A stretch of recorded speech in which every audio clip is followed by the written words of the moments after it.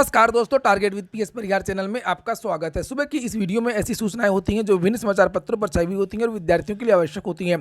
तो आइए शुरू करते हैं और देख लेते हैं कि आज के समाचार पत्रों में ऐसी कौन कौन सी सूचनाएं हैं। तो वीडियो को जल्दी से लाइक कर दें, शेयर कर दें और जिन छात्रों ने चैनल को अभी भी सब्सक्राइब न किया हो तो जल्दी से सब्सक्राइब कर लें ताकि आप लोगों को भी इसी प्रकार के तरीके अपडेट सबसे पहले मिलती रहे। आगे बढ़ने से पहले एक और सूचना उन विद्यार्थियों के लिए जो विद्यार्थी सीटेट की तैयारी कर रहे हैं। वे सभी अभ्यर्थी ऑलिव बोर्ड की वेबसाइट पर जाकर के बिल्कुल निःशुल्क और फ्री मार्क टेस्ट दे सकते हैं।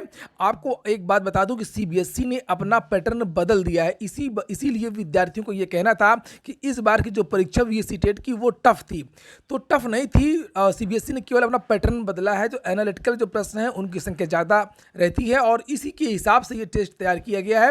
काफ़ी अच्छा टेस्ट है, हिंदी में भी है और अंग्रेजी में भी है। इसकी लिंक मैंने डिस्क्रिप्शन बॉक्स में भी दे दी है और कमेंट बॉक्स में भी दे दूंगा। वहाँ पर जाकर के निःशुल्क मॉक टेस्ट आप लोग ऑलिव बोर्ड का दे सकते हैं। जब आप लोग टेस्ट दे देंगे आपको रैंक बताई जाएगी, आपका विश्लेषण बताया जाएगा कि कौन सा भाग आपका कमजोर है और उसमें आपको मेहनत करने की आवश्यकता है और कौन सा भाग आपका जो है वो मजबूत है।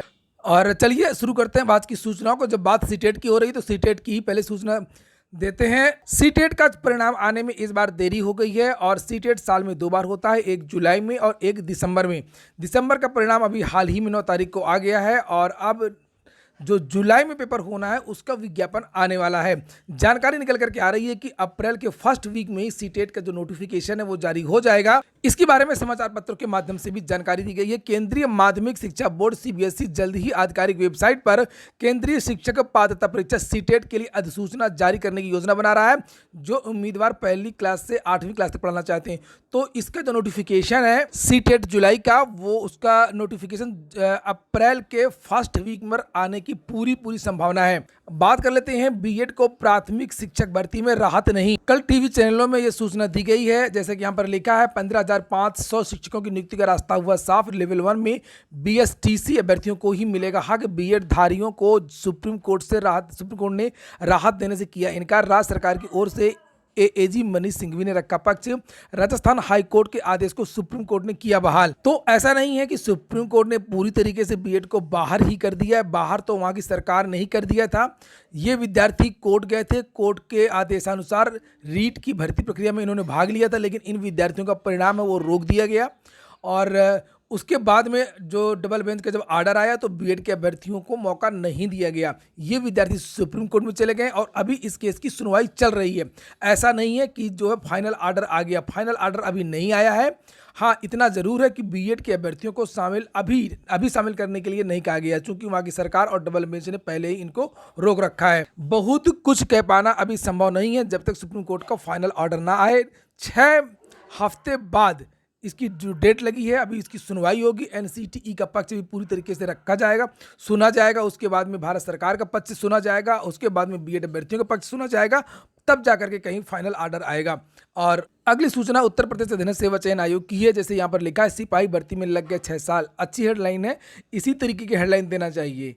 जैसे यहाँ पर लिखा है सिपाही भर्ती की, तो ये आबकारी का परिणाम है कल जारी हो गया है। 2016 की भर्ती है और 2016 की भर्ती का जो परिणाम है वो कल जारी हुआ है। अभी भी 2016 की ऐसी भर्तियां हैं जिनकी परीक्षाएं तक नहीं हुई हैं। कंबाइंड टेक्निकल की जो भर्ती आई थी उसकी तो परीक्षा तक नहीं हुई है। यूपी SSSC में इस तरीके से काम हो रहा है।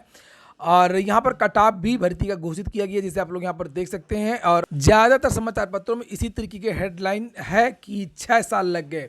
ये देखिए यहाँ से, ये तो समाचार पत्र मुख्यमंत्री पढ़ते होंगे, सभी लोग देखते होंगे, तो उनको समझना चाहिए कि आखिरकार यूपी SSSC की जो भर्तियाँ हैं वो इतनी ज़्यादा लंबित क्यों होती हैं। पीसीएस मेंस 2021 489 अभ्यर्थियों का जो अभ्यर्थन है वो रद्द कर दिया गया है। लिखा है उत्तर प्रदेश लोक सेवा आयोग ने पीसीएस 2021 की मुख्य परीक्षा में 479 अभ्यर्थियों का अभ्यर्थन निरस्त कर दिया है। ये सभी 23 मार्च से प्रस्तावित पीसीएस मुख्य परीक्षा में वंचित हो जाएंगे।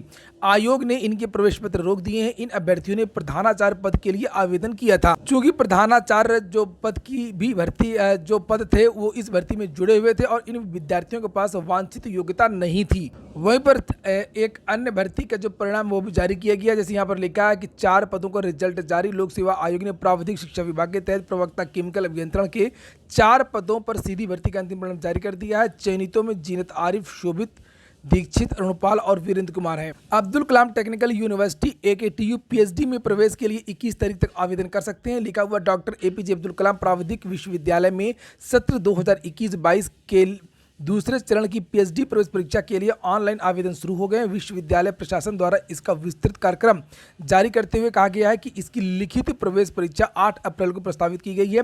विश्वविद्यालय प्रशासन द्वारा जारी सूचना के अनुसार अभ्यर्थी 21 मार्च तक विद्यालय की वेबसाइट के माध्यम से ऑनलाइन आवेदन कर सकते हैं।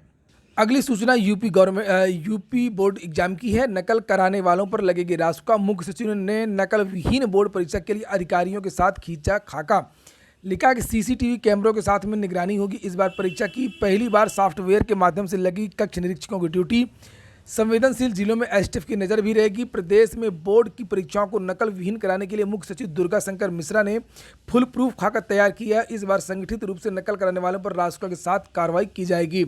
कुछ सूचना यूपी चुनावों को लेकर के भी विद्यार्थियों को भी इंतजार है इस बात का कि जल्दी जल्दी सरकार का गठन हो और जो भर्ती प्रक्रियाएं हैं उसके बारे में घोषणा हो, भर्ती प्रक्रियाएं आगे बढ़ें, शिक्षा मंत्री की नियुक्ति हो, प्राथमिक शिक्षक भर्ती के बारे में भी कुछ जानकारी मिले। और यहाँ पर लिखा कि ताजपोशी की तैयारी, आज साफ हो जाएगी भावी सरकार की तस्वीर। बढ़ सकती है डिप्टी CM की संख्या। 2 साल बाद होने वाले लोकसभा चुनावों के मद्देनजर जातिगत संतुलन साधने के लिए डिप्टी CM की संख्या 2 से बढ़ा करके 3 की जा सकती है। तो सबको देखने के लिए इस तरीके से किया जा रहा है, लेकिन बेरोजगारों के बारे में भी सरकार सोचे कि वो नाराज हैं या नहीं नाराज हैं। आप दलित वर्ग देखेंगे, सामान्य वर्ग देखेंगे, ब्राह्मण वर्ग देखेंगे, पिछड़ा वर्ग देखेंगे, प्रतिनिधित्व देने की बात करेंगे, लेकिन एक वर्ग बहुत बड़ा वर्ग है रोजगार का, विद्यार्थी वर्ग, बेरोजगार वर्ग, उसके बारे में भी सभी सरकारों को ध्यान देने की आवश्यकता है। अगली सूचना कल हुई परीक्षा की है। कल असिस्टेंट प्रोफेसर भर्ती की परीक्षा थी। लिखा GS तय करेगा कौन देगा साक्षात्कार। सामान्य अध्ययन के प्रश्नों ने उलझाया तो विषयों से जुड़े सवालों ने दी राहत। उत्तर प्रदेश लोक सेवा आयोग की ओर से मंगलवार को आयोजित असिस्टेंट प्रोफेसर भर्ती की स्क्रीनिंग परीक्षा में अभ्यर्थियों ने अपने विषय के सवाल तो आसानी से हल कर लिए, लेकिन सामान्य अध्ययन के सवालों ने कुछ उलझाया। ऐसे में जिस अभ्यर्थी ने सवाल अध्ययन के सवालों को ठीक से हल कर लिया उसके लिए इंटरव्यू तक पहुंचने की संभावना बढ़ गई है। 3 जिलों में हुई स्क्रीनिंग परीक्षा में 50% अभ्यर्थियों ने अपनी उपस्थिति दर्ज कराई है। और आज के समाचार पत्रों में कुछ सवाल भी दिए गए हैं यहाँ पर कि कौन कौन से जो सवाल हैं वो पूछे गए, जिन्हें आप लोग यहाँ पर देख सकते हैं। और ऐसा नहीं है कि समान अध्ययन का जो पेपर का जो GS आया था जैसे यहाँ पर लिखा हुआ बहुत कठिन था। असल में होता ये है कि जो भी विद्यार्थी टीचिंग की तैयारी करते हैं, अब टीचिंग की ज़्यादातर भर्तियों में GS पूछा जाने लगा है। जैसे LT ग्रेड हो गया, असिस्टेंट प्रोफेसर हो गया, इसमें GS जोड़ दिया गया है। और जो टीचिंग के विद्यार्थी हैं वो सब्जेक्ट के एक्सपर्ट होते हैं, वो ज़्यादातर GS पढ़ते नहीं हैं, इसलिए उनको GS कठिन लगता है। यही हाल था LT ग्रेड में भी, विद्यार्थी मुश्किल से 12-13 क्वेश्चन कर पा रहे थे, 30 प्रश्न आए थे GS की। इसी तरीके से ज़्यादातर जो भी परीक्षाएं हो रही हैं टीचिंग की, असिस्टेंट प्रोफेसर हो चाहे वो LT ग्रेड हो या अन्य भर्तियां हो, विद्यार्थियों का कहना रहता है कि GS बहुत टफ था। तो GS टफ नहीं था, GS सामान्य ही आया था।